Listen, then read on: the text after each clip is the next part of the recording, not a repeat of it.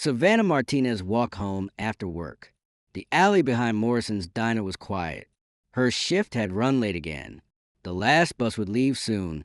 That's when she saw him lying there, crumpled against a brick wall like a discarded newspaper. At first, she thought it was just another pile of old clothes near the dumpster, but then she noticed expensive leather shoes, still pristine despite the puddles from the afternoon's brief shower. The man was slumped in an awkward position, his tailored suit wrinkled and stained, his salt and pepper hair disheveled. The smell of whiskey hung heavy in the air around him. At first, she thought it was just another pile of discarded clothes near the dumpster, but then she noticed expensive leather shoes, still pristine despite the puddles. The man was slumped against a brick wall, his tailored suit soaked through, his salt and pepper hair matted against his forehead. The smell of whiskey hung heavy in the air around him. Savannah approached cautiously. She'd seen her share of drunk men in this neighborhood, but something about this one seemed different. His clothes spoke of wealth, yet here he was, passed out in an alley like any other broken soul. "Sir," she called softly, keeping her distance. "You okay?" The man stirred, lifting his head with considerable effort. His eyes were bloodshot, his face pale beneath several days' worth of stubble. When he tried to speak, only a groan escaped his lips. Savannah glanced at her watch. The bus would be here soon. She could walk away, pretend she never saw him. It would be the smart thing to do. But then she noticed something that made her pause. His shirt was torn, and there was dry blood on his forehead. This wasn't just a drunk man sleeping it off. He was hurt. She pulled out her phone to call 911. But when she knelt down to check if he was breathing properly, she heard him mumbling something. "Please," he whispered, his voice barely audible. "No hospital. No police. They'll find me." The fear in his voice was unmistakable. Savannah had heard that same terror before, in her own voice, years ago when she was living on the streets. She recognized the desperation of someone who believed they had nowhere safe to go. "Are you in danger?" she asked quietly. He managed a weak nod. "People looking for me need to disappear." Savannah's mind raced. Every instinct told her to call for help, but she remembered what it felt like to be afraid of the very people who were supposed to protect you. She made a decision that surprised even her. "I know a place," she said, "but not my apartment. There's a shelter nearby. Safe place." She helped him to his feet, supporting his weight as they made their way towards St. Mary's shelter, just 4 blocks away. But as they walked, she noticed a black sedan moving slowly down the street, its occupants clearly searching for something or someone. "That them?" she whispered. Nathaniel's grip on her arm tightened. "Yes, they've been following me for days." The car was getting closer. Savannah made a split-second decision. "This way," she said, pulling him into a narrow alley between 2 buildings. They waited in the shadows until the sedan passed, then emerged and took a different route. The shelter's compromised if they're watching the area, she realized. And the church is too obvious. She looked at him carefully. Despite his obvious fear, there was something about his demeanor that didn't scream dangerous criminal. Her instincts, honed by years of street experience, told her he was more afraid than threatening. "Look, I have a small apartment," she said finally, "just for tonight, until we figure out what's going on. But I'm calling my friend Father Martinez. He runs programs for people in crisis. If you're lying to me, if you're dangerous, he'll know what to do." Nathaniel nodded gratefully. "Thank you. I know how this looks. I know you're taking a huge risk." "Yeah, I am, but I've been where you are. Desperate, scared, with nowhere to go. Someone helped me once when they didn't have to. Maybe it's time to pay that forward." Her apartment was a modest 1-bedroom on the 2nd floor of a converted house. The stairs proved challenging, but they managed. Once inside, she immediately called Father Martinez while Nathaniel sat heavily on her couch. "Father, it's Savannah. I need your help. I found someone who's in trouble, and I think he might be in real danger." "I'll be right there," Father Martinez said without hesitation. 20 minutes. She hung up and looked at Nathaniel. "A friend is coming. Someone I trust completely. If your story checks out, he'll help us figure out what to do next. And if it doesn't, Then he'll know how to handle the situation safely. She handed him a glass of water and sat across from him, maintaining a careful distance. Now, while we wait, you're going to tell me exactly what's going on, starting with your name. He accepted the coffee with shaking hands. Nathaniel, he said, his voice hoarse. Nathaniel Blackwood. The name hit her like a physical blow. She nearly dropped her own mug. Nathaniel Blackwood. She'd seen that name in the newspapers, heard it on the radio. He was the CEO of Blackwood Industries, one of the largest manufacturing companies in the state. His face had been on magazine covers, business journals. But those photos showed a confident, polished man in expensive suits, not the broken figure sitting on her couch. "You're that guy," she said quietly. "The one who's been in the news." Nathaniel's laugh was bitter. "Yeah, I'm that guy. The one who lost everything." He took a sip of coffee, wincing at the heat. 3 months ago, I had a company, a mansion, a family. Now I've got nothing but debt and a federal investigation breathing down my neck. Savannah sat down across from him, her mind racing. She remembered the headlines now. Blackwood Industries had collapsed amid allegations of fraud and embezzlement. The investigation had revealed years of financial mismanagement, accusations of stolen pension funds, and a trail of devastated employees who'd lost their life savings when the company went under. "They're saying you stole millions," she said carefully, "that you destroyed people's lives." Nathaniel set down his coffee cup with shaking hands. "That's what they're saying. And maybe they're right. Maybe I did destroy everything I touched."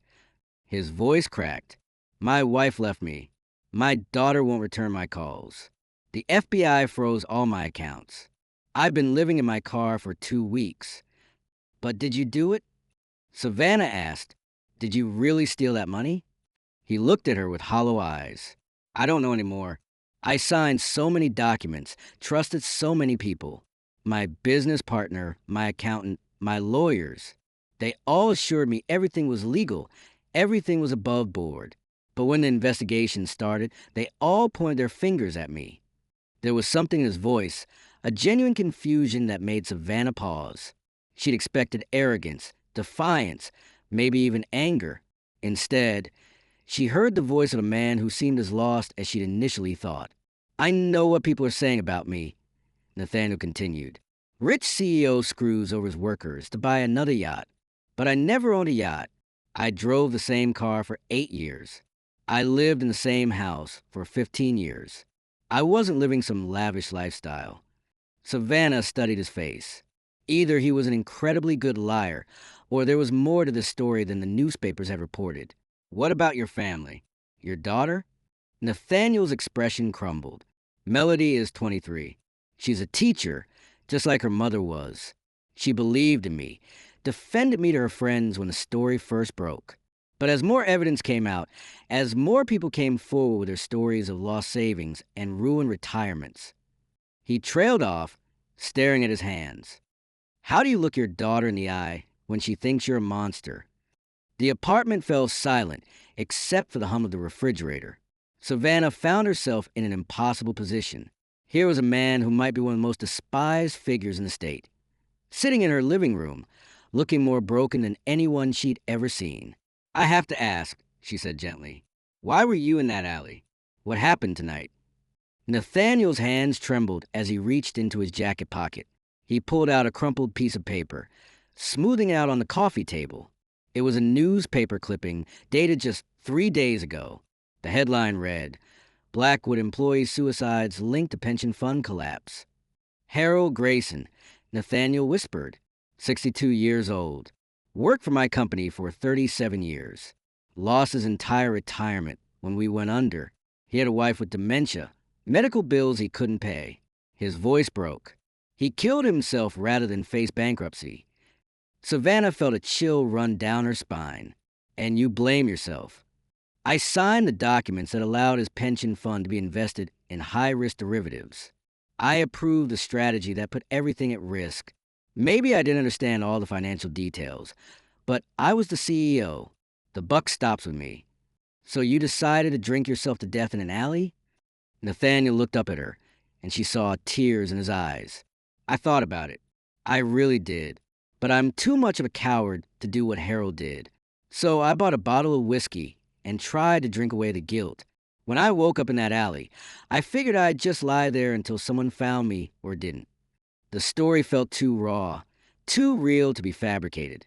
Savannah had seen her share of liars and manipulators in her 28 years. But this man seemed genuinely tormented by what had happened. "Can I ask you something?" she said. "If you really are innocent, if you really were set up, why aren't you fighting back? Why aren't you trying to clear your name?"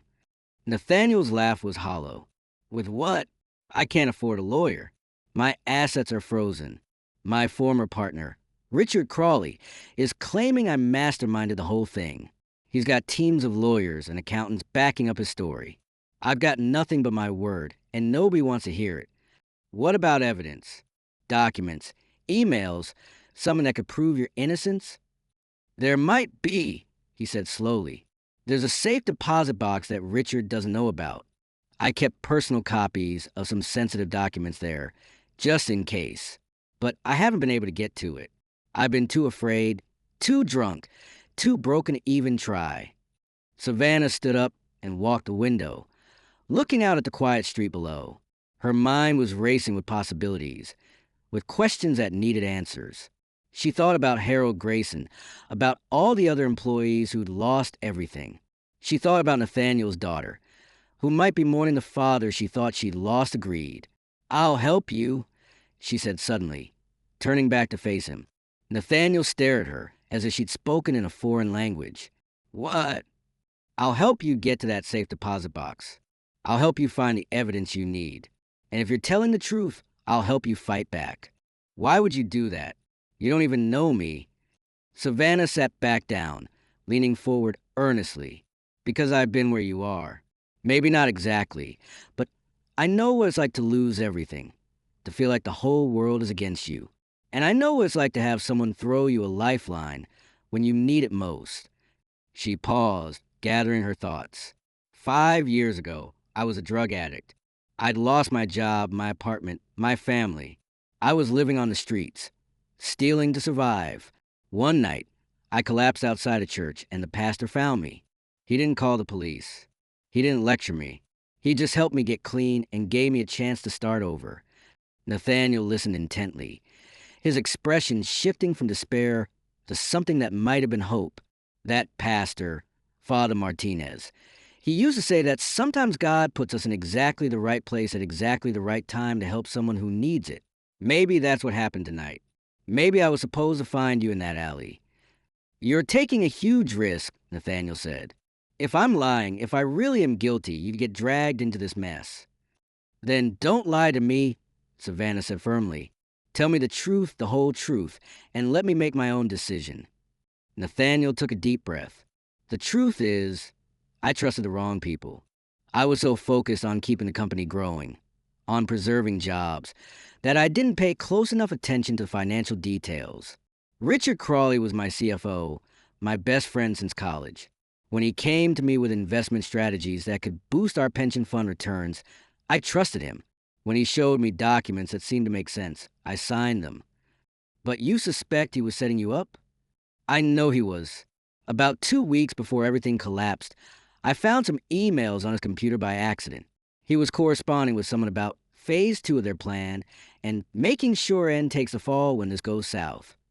And meaning me, Nathaniel." Savannah felt a surge of anger. "You have proof of this?" "I printed out those emails. They're in the safe deposit box, along with some other documents that show Richard was moving money into offshore accounts without my knowledge. But by the time I discovered it, it was too late. The FBI raided our offices the next day, and Richard was already spinning his story about how I'd been operating behind his back." "Where is this safe deposit box?" "First National Bank, downtown. Box 1247. But I need to be careful. If Richard has people watching me, if he finds out I have evidence against him, then we'll have to be smart about it," Savannah said. "We'll need help. Who would help us? Who would believe us?" Savannah smiled for the first time since finding him in the alley. "I have some friends who might be very interested in your story, starting with Father Martinez." The next morning, Savannah called in sick to work and walked with Nathaniel to St. Mary's Catholic Church. Father Martinez was in his garden, tending to the roses that his late wife had planted years before. He was a man in his 60s, with kind eyes and callous hands that spoke of a lifetime of service. "Savannah, my dear," he said, looking up from his work, "what brings you here so early?" "Father, I need your help. This is Nathaniel Blackwood." Father Martinez's expression didn't change, but Savannah noticed his grip tighten on his gardening shears. "Mr. Blackwood, I've heard your name in the news quite a bit lately." "I'm sure you have," Nathaniel said quietly, "and I'm sure none of it was good. Why don't you tell me your side of the story?" Father Martinez said, setting down his tools, "I've learned that there are always three sides to every story: yours, theirs, and the truth." They sat in the church's small garden, and Nathaniel told his story again, this time with more detail. He spoke about the pressure to grow the company, about trusting Richard Crawley, about the devastating realization that he'd been betrayed by his closest friend. Father Martinez listened without interruption, occasionally nodding or asking a clarifying question. When Nathaniel finished, the priest sat quietly for a long moment. "Mr. Blackwood," he said finally, "I've counseled many people over the years. I've heard confession from saints and sinners alike, and I believe you're telling the truth." Nathaniel's shoulders sagged with relief. "Thank you, Father. You don't know what it means to hear someone say that. But believing you and proving your innocence are two different things." Father Martinez continued, "If you're going to clear your name, you'll need more than just my faith in you." "We need to get to a safe deposit box," Savannah said, "but we're worried about being watched." Father Martinez smiled. "Then we'll need to be creative. I have an idea." The plan was simple but clever. Father Martinez would create a distraction by visiting the bank to make a large donation to the church's charity fund. While the bank employees were focused on processing the substantial transaction, Savannah and Nathaniel would slip in through the back entrance that Father Martinez had learned about during his years of banking there. The plan worked perfectly. While Father Martinez charmed the bank manager with stories of the church's charitable work, Savannah and Nathaniel made their way to the safe deposit box area. The contents of box 1247 were exactly what Nathaniel had described: printed emails, financial documents, and a USB drive containing additional evidence of Richard Crawley's deception. But as they were leaving the bank, Savannah noticed a black sedan parked across the street. Inside were two men who seemed to be watching the bank's entrance with unusual interest. "We need to be careful," she whispered to Nathaniel. "I think we're being followed." They split up, with Savannah taking the documents and Nathaniel heading in the opposite direction. She made her way through back alleys and side streets, her heart pounding with every step. When she finally reached the church, she found Father Martinez waiting for her in his office. "Did you get what you needed?" he asked. "I think so, but we're going to need help analyzing these documents and getting them to the right people." Father Martinez nodded. "I have a friend who might be able to help. Janet Hawthorne. She's an investigative journalist who's been following the Blackwood story. She's one of the few reporters who's questioned the official narrative." The meeting with Janet Hawthorne took place that evening in a small diner on the outskirts of town. Janet was a woman in her 40s, with sharp eyes and the kind of skeptical demeanor that made her good at her job. "I've been wondering when someone would come forward with a different version of events," she said, examining the documents that Savannah and Nathaniel had retrieved. "Some things about this case never made sense to me." "Like what?" Nathaniel asked. "Like the fact that you were supposedly masterminding this elaborate fraud while simultaneously being too stupid to cover your tracks. Like the fact that Richard Crawley seems to have emerged from this scandal remarkably unscathed for someone who was supposed to be your co-conspirator." Janet spent the next hour poring over the documents, her expression growing more intense with each page. "This is dynamite," she said finally. "These emails clearly show that Crawley was planning to frame you. And these financial records prove that he was siphoning money into accounts that you didn't even know existed. Can you prove it?" Savannah asked. "I can try, but I'll need more than just documents. I'll need corroborating evidence. Maybe some of the other employees who worked closely with both of you, people who might have seen something or heard something that supports your story." What about the FBI? Nathaniel asked. Shouldn't we take this to them? Janet shook her head. The FBI is already committed to their theory of the case. They're not going to want to hear evidence that contradicts their narrative. We need to build a bulletproof case first, then present to them when they can't ignore it. Over the next 2 weeks, Janet worked with Savannah and Nathaniel to build their case. They interviewed former Blackwood Industries employees, many of whom had noticed strange discrepancies in the company's financial reporting.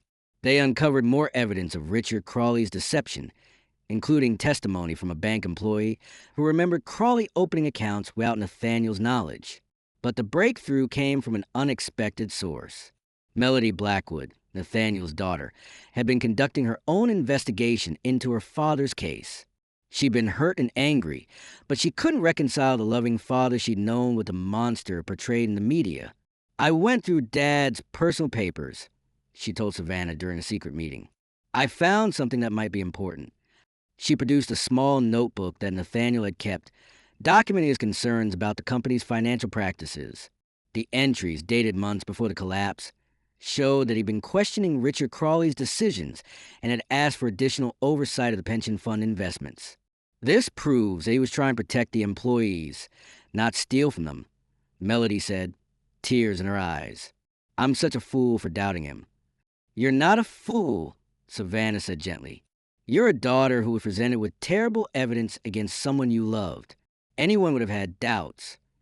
The reunion between Nathaniel and his daughter was one of the most emotional moments Savannah had ever witnessed. Father Martinez had arranged for them to meet in the church's garden, away from prying eyes and listening ears. I'm so sorry, Dad, Melody sobbed, throwing her arms around her father. I should have believed in you. I should have known you'd never hurt those people. You have nothing to apologize for, Nathaniel said, holding his daughter tight. I failed as a leader, as a CEO. People got hurt because of decisions I made, even if I didn't mean for them to get hurt. But you didn't steal from them. You didn't betray them deliberately. No, I didn't. But I was naive. I trusted the wrong person, and that trust cost a lot of good people their security and their dignity. I'll carry that responsibility for the rest of my life. Janet's article was published 3 weeks later, and it sent shockwaves through the financial community. The headline read, The Blackwood Frame-Up, How a CEO Became the Fall Guy for His Best Friend's Crimes. The article laid out the evidence methodically, showing how Richard Crawley had systematically set up Nathaniel to take the blame for the pension fund collapse. It included interviews with employees who corroborated Nathaniel's story, expert analysis of the financial documents, and a detailed timeline that showed how Crawley had been planning the deception for months.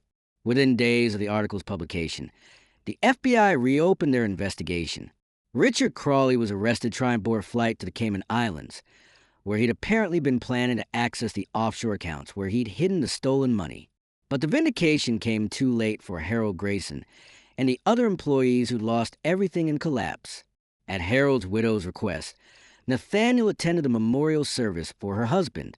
It was one of the hardest things he'd ever done, but he felt he owed it to Harold's memory to face the consequences of his failures, even if those failures hadn't been criminal. I know my husband didn't blame you in the end, Harold's widow Dorothy told Nathaniel after the service. He wrote me a letter before he died.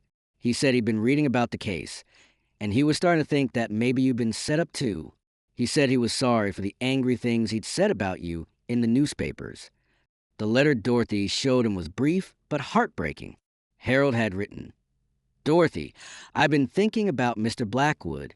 I was so angry, so hurt, that I said terrible things about him. But I think maybe he's suffering too.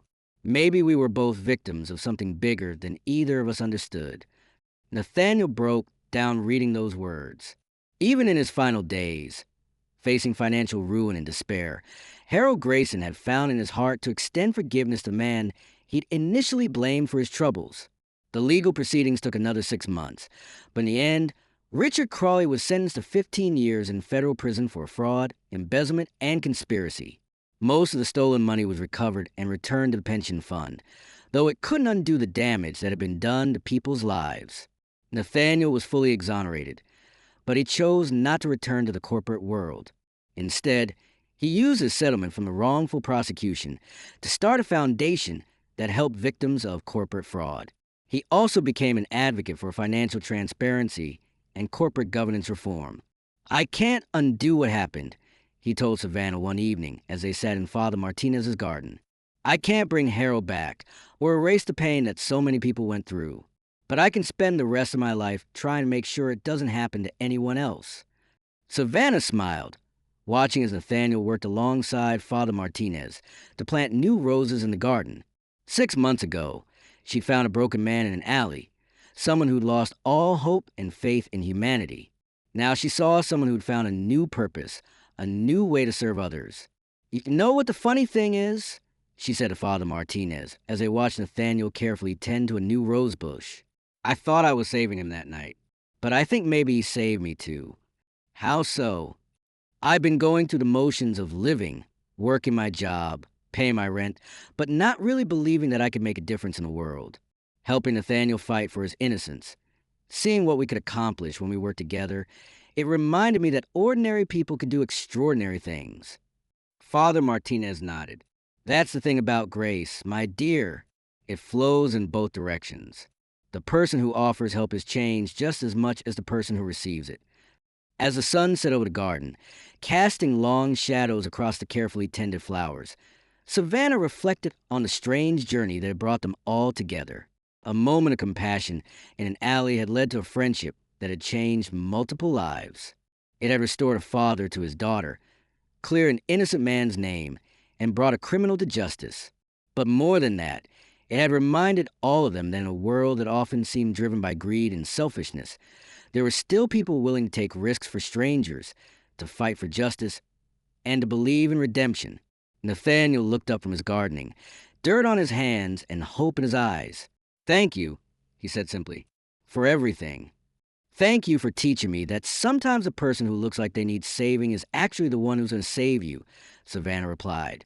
As they walked back toward the church, Savannah thought about Harold Grayson's letter, about the grace of forgiveness extended even in the midst of despair. She thought about Melody Blackwood, who had the courage to investigate her father's case even when it might have confirmed her worst fears. She thought about Father Martinez, who'd built a life around helping others find their way back from darkness. And she thought about Nathaniel, who'd chosen to turn his pain into purpose, his suffering into service. In the end, that might be the most powerful kind of redemption of all. Not just clearing your name, but using your second chance to clear the path for others who might be walking the same difficult road. The weight of that night in the alley, the weight of a single decision to help a stranger, had changed everything. It had proven that sometimes the most important moments in our lives are the ones that begin with the simple choice to extend a hand to someone who needs it, even when we don't know where that gesture might lead. As they reached the church steps, Savannah realized that this was what grace looked like in real life. Not a dramatic intervention from above, but ordinary people making extraordinary choices to care for one another one moment at a time, one act of kindness at a time, until the weight of love becomes stronger than the weight of despair.